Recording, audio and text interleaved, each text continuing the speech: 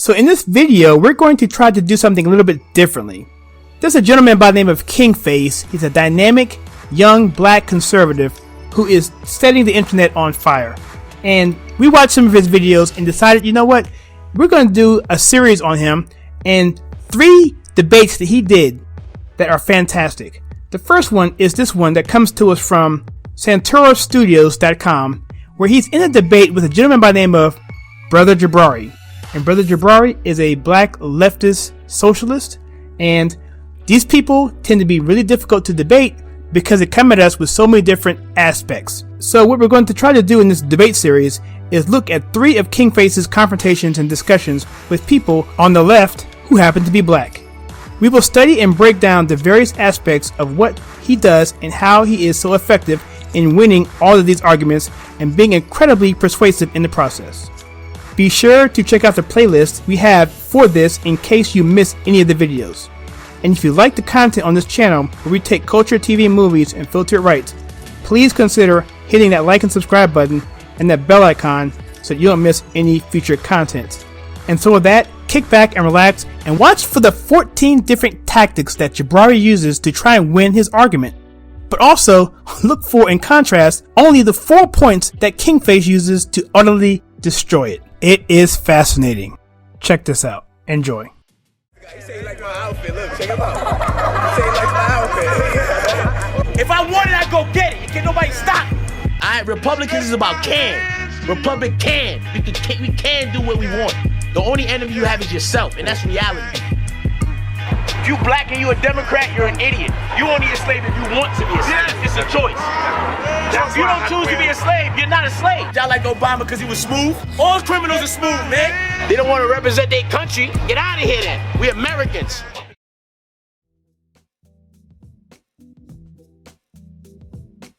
So the first tactic Brother Jabari deploys is establishing his own credibility.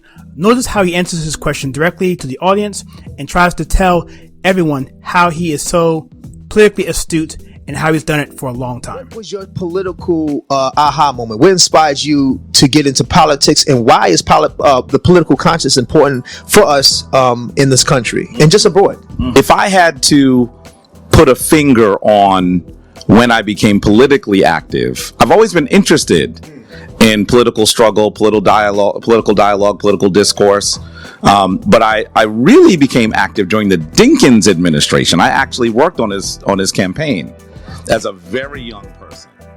So here it's very important for Brother Jabari to point out to his audience, hey, I was on David Dinkins, who was the first black mayor of New York City, his campaign, so I can be trusted. I've done it for a long time, and I have some credibility on this subject matter. He quickly jumps into his second tactic, which is to play nice.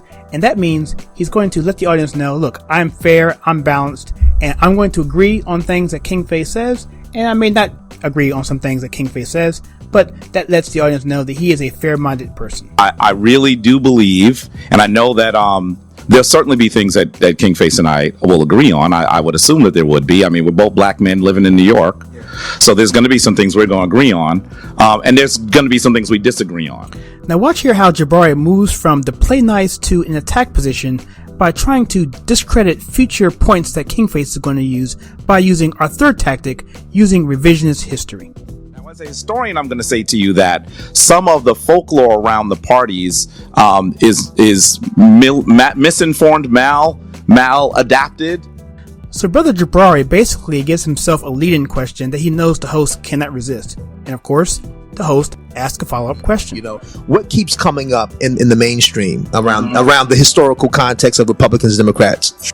Here about sort of the origins of the Democratic Party. Some folks who are in the Republican Party will say that the Democratic Party did some things that were dastardly to black people.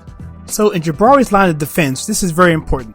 The fourth tactic is conflating and bundling charges. He already established that Republicans are racist, so he wants to get ahead of the game because he knows down the line Kingface is going to say that Democrats are racist and the party is racist based on their history. So what does he do? He's going to get ahead of these charges by saying, well, the Democrats are racist and so are the Republicans.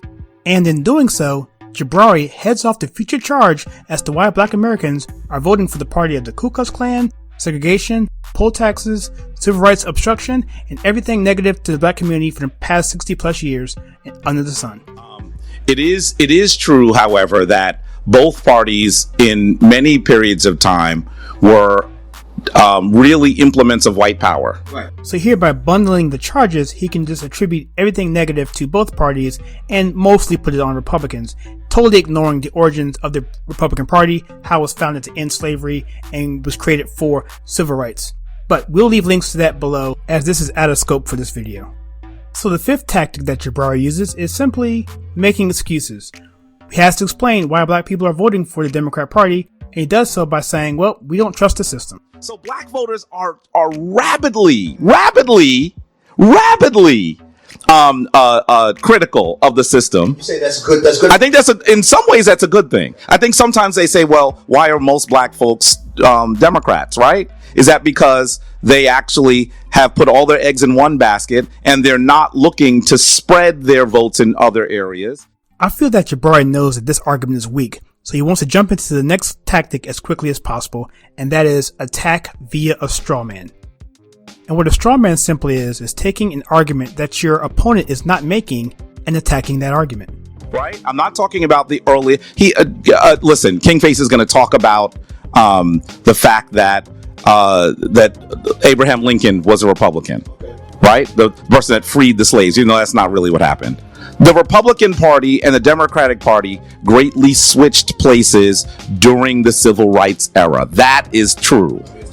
And so, well, you could just look at the statistics. I could read statistics if you like. So Jabari arrogantly says that this is a true statement when it's not. We have some links below. We did some videos on why the parties never switched, well documented, as well as the Southern strategy is a myth. Check those videos out and you'll understand why it's such a big topic to deal with. And Jabari knows that, and that he's just telling his audience up front that this is true when it's absolutely not. So now it's time for Kingface to respond. The interviewer leads a question, and now Kingface is in a very awkward position because he's been presented with so much stuff and been attacked. How does he deal with this? What do you do? Well, watch what he does, and watch how within the first 20 seconds, he totally takes over the whole debate, and how he starts to win over the interviewer. Check this out. What stood out politically that our president has done tangibly to position black people in this country to be much more successful? At the lowest black unemployment, he created a lot of jobs. Over 6 million jobs has been created. Millions of blacks have been taken off of food stamps. So that means they're learning to be self-sufficient. And this is what these are facts. You should know. You do a lot of Googling. I see you got the whole tab here. So did you catch what Kingface did? He didn't go after all of the things that Jabari said. No, he came up with facts to go against the issues that are important in the black community. And that's number one.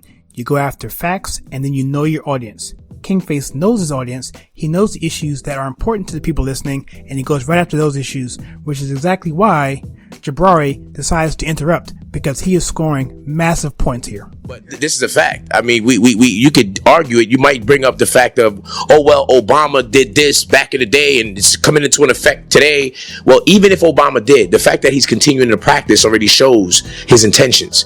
Now, getting back to knowing your audience, watch how Kingface responds to the host when he asks him, should the black community vote for Donald Trump? Check this out. I'm not trying to lobby for anybody to be president. I just want people to find out the truth.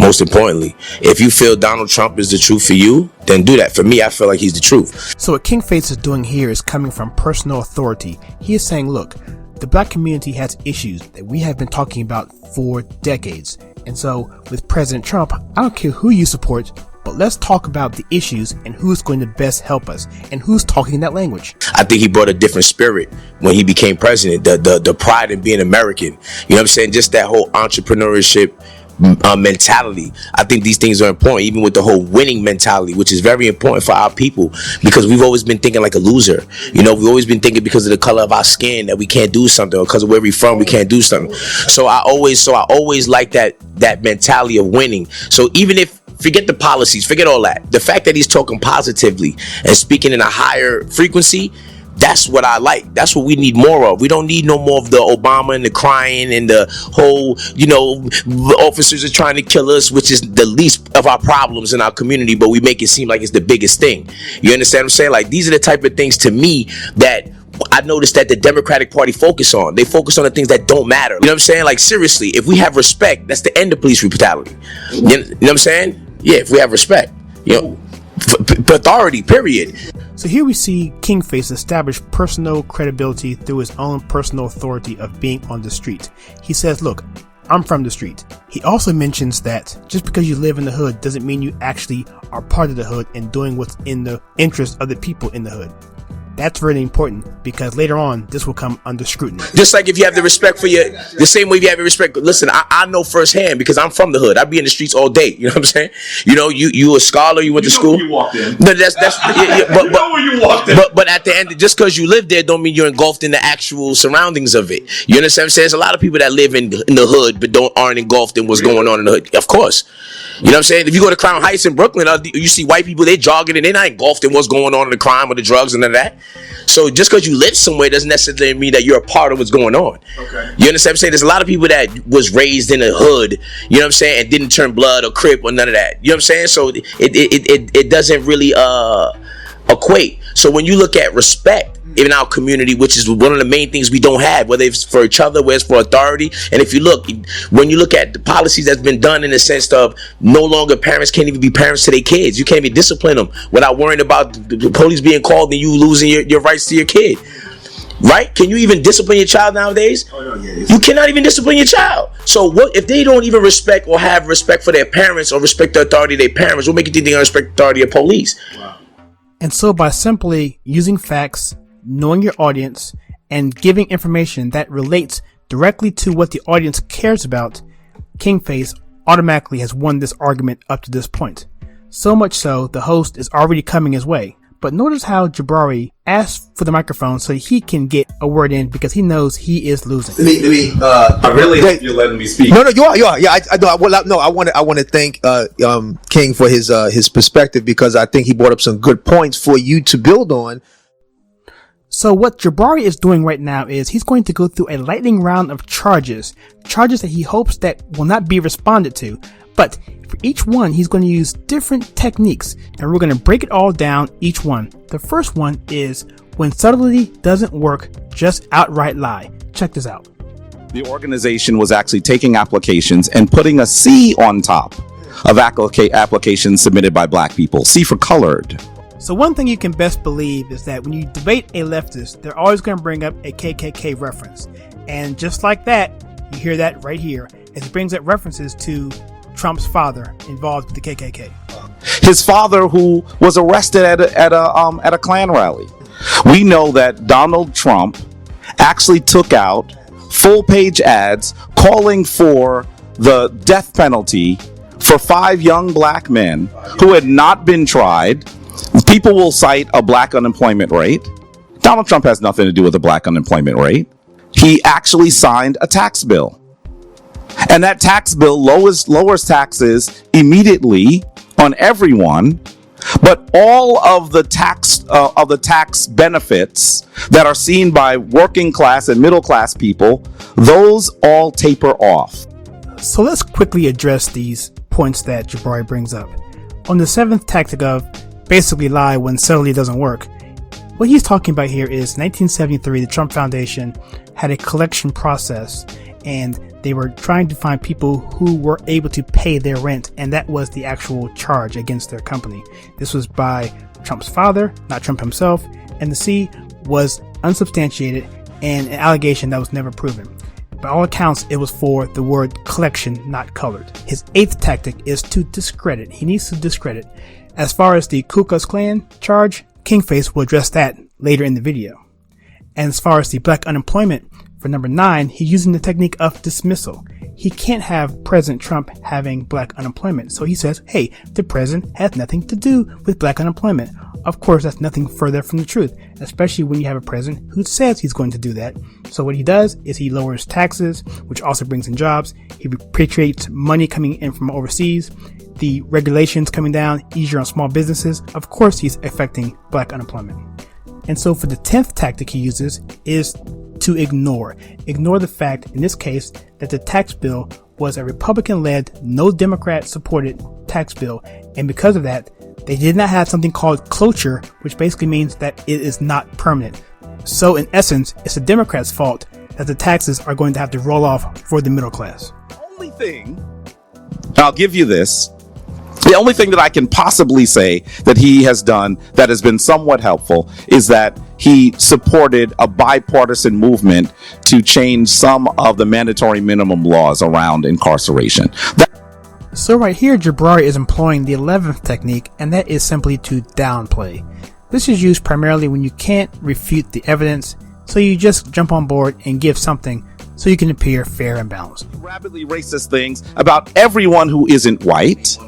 He called black countries S-hole countries. The S-hole country comment that we're talking about here is an unsubstantiated claim by Dick Durbin, Democrat, at a closed cabinet meeting that was never reported by anybody else but him, and which has been repeatedly denied by the Trump administration. Whenever, one of the ways that you can tell when someone is losing is you can see how they're jumping. The next very basic technique that Jabari is employing is simply to hog the discussion. This debate is about 30 minutes long, and he's taking about 2/3 of it. Now watch here in the 13th technique, and that is to mischaracterize and create a straw man and attack that. He attacks a position that he thinks Kingface said, but he never said it. Check this out. I want to ask my brother why he thinks that police brutality is irrelevant and about black people respecting police. That's really, he said that. That's not what I said. I said respect. Family, you could go back. You could go back. You know what I'm saying? Like, seriously, if we have respect, that's the end of police brutality. You know what I'm saying? Yeah, if we have respect. You know, authority, period. You can't even discipline them without worrying about the police being called and you losing your rights to your kid. Right? Can you even discipline your child nowadays? Oh, no, yeah. You cannot even discipline your child. So what if they don't even respect or have respect for their parents or respect the authority of their parents? What make you think they're going to respect the authority of police? Wow. It's in the context of disciplining your kids and not having the respect of authority. And authority is what Kingface is talking about, is if we respect authority, we will be able to have a better relationship with the cops, and that would be a better relationship overall, and that would mean that we would have less police brutality. And so for the 14th technique that Jabari uses, it's the old tried and true backhanded "you are a sellout" comment. Check this out. One of the reasons why we're having this challenge here is because he must not recognize what part of the community he's from. So at this point in the discussion, Kingface has been bombarded with so much stuff here. Information, disinformation, and even being called a sellout to your community. And best believe, that's what's going to be called to you at some point in any discussion with any black liberal. It will come out, so be prepared for that. But check this out. What's interesting is Kingface never loses sight as to what's important in a debate. It is to persuade. He never loses sight that he is talking to an audience that cares for the black community. And so he does 4 important things that you need to understand and know how to do when dealing with somebody like this in a situation like this. And so he kicks off his rebuttal with a response to the question, when was America great? Watch what he does and see if you can catch the first thing that he's able to establish from the very beginning as he continues to dominate this debate. Okay, first of all, making America great had nothing to do with black or white. It had to do with actual... I got a break here to show the face that Jabari makes when Kingface says that make America great again has nothing to do with race. It's as if he's like, what do you mean nothing has to do with race? I'm a social leftist liberal. I have to think about race because I think of everything through the lens of racism. And because my group identifies me more than individual, this is an issue. And that's the face that you're seeing. And that's why he's so shocked and taken back when he makes that comment. Country, right? It had to do with us being a superpower, us being at one point our money was like European money was surpassing us. When it came to safety, we wasn't number one. When it came to military, we wasn't number one. This is what he was talking about, economy. And if you want to talk about black people, fine. During the 1920s, when we really had laws that were suppressing us as black people, we were more likely to own businesses. We had Black Wall Street around that time, where our money circulated over 23 times before it left the community. No, stop. Just stop. Like I'm saying, it doesn't matter where it doesn't matter when it ended, because even during that time, blacks was more likely to have a job. Black people's family was more intact. So the first thing that Kingface does in this 4-step attack is he identifies with the audience, again, what he's talking about in terms of authority and credibility. He knows that the audience listening to this cares about the black community, so he goes directly back to a time when blacks were doing well. He understands that the Black Wall Street was a time that black people are very, very proud of. So what does Jabari do? He has to come against that immediately by interrupting him, by bogging him down on the minutia of dates and technicalities. But Kingface doesn't let him do that. Watch what he also does when he missteps and says 2 fathers in the home. Kingface also knows that that was a misstep, but I can throw this back at him as a way to be humorous and still let him know that I'm not messing around this time. This time, we're playing for keeps. We had our parents more 80%. We had more likely to have both fathers in our household. I mean, fathers in the mother household. That's the new era that you like. So here's a common tactic that they're going to try and use when they're losing a major argument. Jabari knows that Kingface has him dead to rights if he goes back to history and looking at the facts. Kingface brings up one simple question. If we can be so successful in the past under so much oppression, how come we can't do it now with less? If during that time when we really had oppression, we was able to succeed, why we can't do it now when we don't have those oppressions? Show us some statistics. You could talk. We talking about living every day. You see it. You lived in the 1920s. But you can look. You're a historian, right? You should know that. Why don't you? So was Black Wall Street not existed? Did Black Wall Street? Answer my question. Did it black? What I'm saying during those times when we actually. What period? You know, one of the ways that you can tell when someone is losing is you can see how they're jumping. So I bring up that clip from before to humorously highlight the fact that he is losing the argument. Jabari knows this. So what does he do? He has to bog down the discussion, again with dates and trying to get him to get away from the main question, which leads me to my next point. The second thing that Kingface does is he stays in his box. This is a term that we use in politics to stay in the topic of the discussion. And the topic of the discussion is the question raised, if we were so persecuted in the past and were so successful, how come we can't do the same thing now when there's less persecution? Watch how he avoids this question. Whatever period, 1920s, during the time when we had Jim Crow and all that. He is ill-informed, family. No, but you can't, but just like you're ill-informed, you watch CNN. This is why it's so important to know your audience. Kingface knows his audience. He knows that the people listening know that Black Wall Street did happen. The actual dates and minutiae and all of that details aren't important. Jabari knows that's not important, but he has to deflect some kind of way to avoid the question of accountability. Why is it that black people who had more oppression could do so much better and can't seem to do it today? That's the question. And by the way, him calling Kingface uninformed was totally intentional to get him off topic, but Kingface throws it back at him with the CNN comment, which is totally brilliant and hilarious. You know what I'm saying? Like, you a CNN watcher. So the third thing that Kingface does is he jabs back at comments that are just not true. Watch the disdain and absolute horror on Jabari's face when he realizes that his point of Trump's father being in the KKK was a Photoshop lie. So, and you disdain, like you brought up the whole thing about his father was part of KKK. That's a lie. That was a Photoshop. That's a lie. You don't know what you're talking about. It was a Photoshop. It's a lie. That's a lie. 97% of the things that was put on Donald Trump and the media is lies. And see, so all this does is underplay his credibility. He's dressed the part, he looks the part, he talks the part, but he's giving bad information, which totally gives all the credibility for this entire debate to Kingface. If he can be so wrong on something so important, how can he be right about anything? And that is why Kingface absolutely destroys him in this debate. Okay, so prove it. You can't prove it. You brought Central Park 5, who are admitted rapists. Okay? Admitted rapists? Did those guys not admit that they were rapists? I know everybody watched the Central Park 5 movie and think they actually know what the hell happened when that story was fake. Those guys wasn't in the park on some cool shit just harassing people. They was robbing, they was stealing, they was beating people up. These are what they did. Yo, bro, these are facts, bro. Did you ever watch the interviews? You ever watch the interviews? I know them. Did you ever watch the interviews? I've spoken. I don't care what people that listen. Like I said, if you watch the interviews, which 95% of people don't watch the interviews, you know what I'm saying? So in taking on the Central Park 5, what Kingface does is simple. He says, hey, look, go look at the original interviews of the defendants, okay? That's all you gotta do. And so Jabari says, well, hey, I know them, so I don't have to. But that's not what Kingface is doing. He says, go look for yourself. And that's very, very powerful. Kingface says, try me, test me, prove me wrong. And that, again, is knowing your audience. Everybody can go Google this information for themselves. And that's why Kingface has so much more credibility and why at this point, Jabari does not. So for Kingface's last rebuttal here, I'm going to spare you the gory details. If you go check out the original uncut video, we'll leave a link below to this. You'll see the whole thing. But ultimately what happens is, Jabari is asked the question, how many people do you know personally who were shot and killed by police? This is really important because that's initially what he asks. But Jabari keeps hemming and hawing, going back and forth saying shot versus killed, and he goes on and on and on, wasting time, bogging the discussion down, because he knows where Kingface is going with this. So take a look at this montage. Question. Let me ask you a question, okay? How many people you know personally that have been shot and killed by police?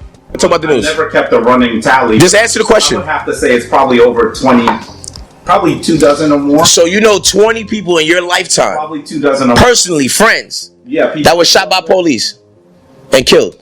No, you said shot by police. That you know personally that have been shot and killed by police.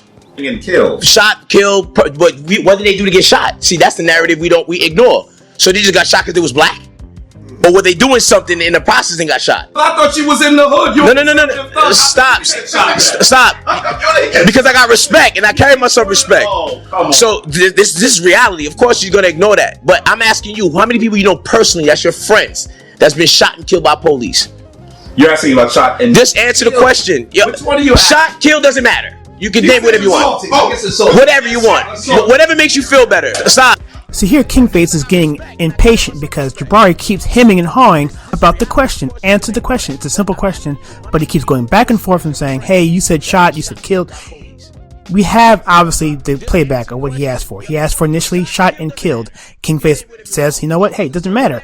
Pick what you want. Just answer the question. Because Jabari is trying so desperately not to answer the question because he knows what's coming next. There's probably been about 24 people that I am aware of that I've had interaction with over the years. I'm sure I'm older than he is, so maybe that's why he's a little surprised. Straight. I'm talking about people who have been shot. First he asked shot. You know personally that have been shot and killed by police. I'm not talking about people who have been killed. I can think of people who have been killed by the police. I can think that perhaps there have been 2 that I knew personally that were killed by the police. Now I'm gonna ask you another question. How many people you know personally that have been killed by other blacks? What? How many people you know personally that have been killed by other blacks? What do you mean what? How many? So here we have a great question. And what does Jabari have? What intellectual insight does he have to respond to this? Check this out. This is his answer. Some of those police were you could do the trickery of words because you're a scholar and all that. But answer the question. How many people you know? You notice he's ignoring the question. No. So Jabari's response that some of the police officers were also black doesn't fly. He knows exactly what Kingface is saying. He's saying, look, just answer the question, and he will not do it. I have known many people, and that number is much larger than 24 people who have been shot. I'm using the same analysis now, not shot and killed. You know personally that have been shot and killed by police. Who have been shot in the hood. Many people. And I would honestly say to you that if you are comparing people who have been shot by people that they live amongst with people who are paid to protect us shooting us, then we have a problem. And so right here, Kingface does not let up. He continues to pressure. He says, look, you're not answering the question. It's a simple question. And he understands this. And so he's talking again to his audience. He gives them real information and real facts about things that are going on every day on the news, in our communities. It's undeniable. And Kingface is simply saying, look around you. You know this is true. And why is this intellectual scholar shucking and jiving here with these avoiding of the questions? Like I said, you notice that, of course, this is what college educated people, liberals, this is the type of things that they say, the trickery of words. He didn't answer the question.